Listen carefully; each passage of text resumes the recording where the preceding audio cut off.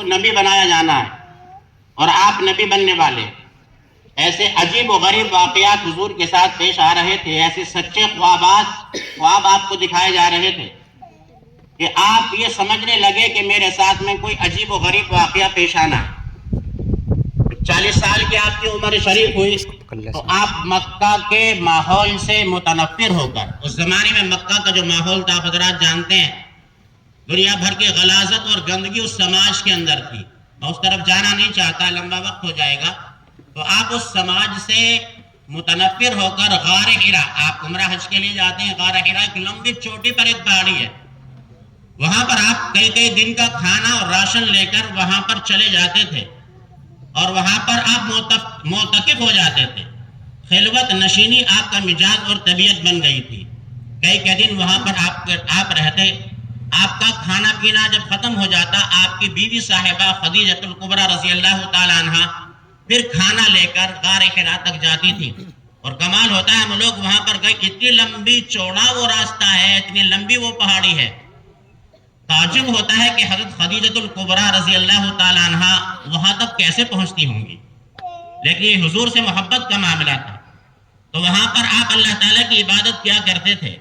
سماج کی اصلاح کیسے ہو، سماج کو سدھار کس طرح سے کیا جائے، مکہ کے سماج میں اور معاشرے میں جو جملہ بھر کے خرافات ہیں وہ خرافات کیسے دور کی جائے، آپ کائنات میں غور و فکر فرماتے تھے.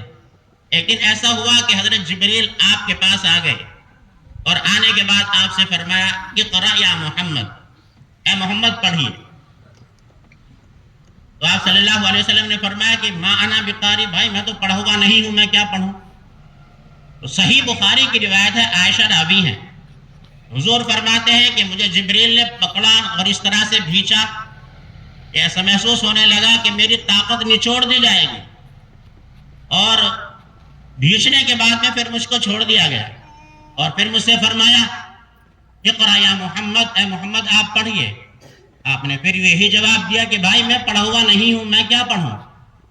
تو 3 مرتبہ حضرت جبریل علیہ السلام نے آپ کو پکڑ کر بھینچا، اتنی سختی کے ساتھ بھینچا، حضور فرماتے ہیں کہ میری جان نکلنے کے قریب ہو گئی.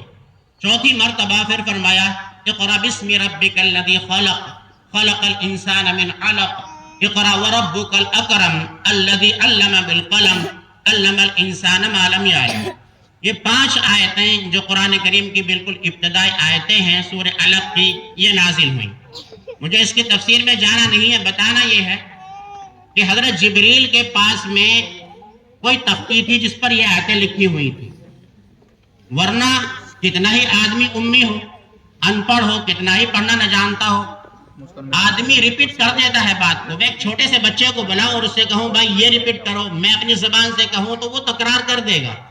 کتنا ہی ان پڑھ آدمی ہو، میں اسے کہوں کہ بھئی میں الفاظ بول رہا ہوں، تجھے میرے پیچھے اس کو دہرانا ہے، وہ آرام کے ساتھ دہرا دے گا. لیکن اگر ہم لکھ کے اس کے سامنے پیش کریں کہ بھائی اس کو پڑھو، تو ان پڑھ آدمی پڑھ نہیں سکتا. تو اس سے معلوم ہوا کہ حضرت جبریل کے پاس میں کوئی تختی تھی جس میں یہ آیتیں لکھی ہوئی تھی. تبھی حضور نے فرمایا کہ بھئی پڑھا ہوا نہیں ہوں، میں اس کو کیا پڑھوں. تو لکھنے پڑھنے کا رواج ہوا. اچھا ماحول کس طرح کا ہے، یہ وحی کی یہ ابتدائی آیتیں کس ماحول میں نازل ہو رہی ہیں، پورے کا پورا ماحول ان پڑھ ہے، کوئی پڑھا ہوا نہیں. قرآن نے اس کو بیان فرمایا وَالَّذِي بَعَثَ فِي الْأُمِّيِّينَ رَسُولًا، کہ اللہ وہ ذات ہے کہ جس نے امیین میں رسول کو بھیجا. یعنی پورا سماج، پورا معاشرہ امی تھا اور ان پڑھ تھا. اچھا جس شخص کے اوپر وحی نازل ہو رہی ہے وہ خود ان پڑھ ہے. اللہ تعالیٰ نے ان کے بارے میں فرمایا فَآمِنُوا بِاللَّهِ وَرَسُولِهِ وَالنُّورِ الَّذِي عَلَى النَّبِيِّ الْأُمِّ. کئی جگہ پر اللہ تبارک و تعالیٰ نے نبی کے تعلق سے فرمایا رسولہ النبی الأمی، یعنی اس رسول کے اوپر ایمان لاؤ کہ جو امی ہے، ان پڑھ ہے. اور اس وحی کے ان ابتدائی آیتوں میں کس کا تذکرہ ہے؟ اقرا کا تذکرہ ہے، علم کا تذکرہ ہے اور قلم کا تذکرہ ہے. قلم کا بھی تذکرہ ہے، علم کا تذکرہ ہے اور اقرا کا تذکرہ ہے. قلم کا تذکرہ اللہ تبارک و تعالیٰ اس سماج اور معاشرے میں فرما رہا ہے کہ مورخین فرماتے ہیں کہ اس زمانے میں مکہ میں بمشکل 3-4 گھر ایسے ہوں گے کہ جن کے اندر قلم پایا جاتا ہو.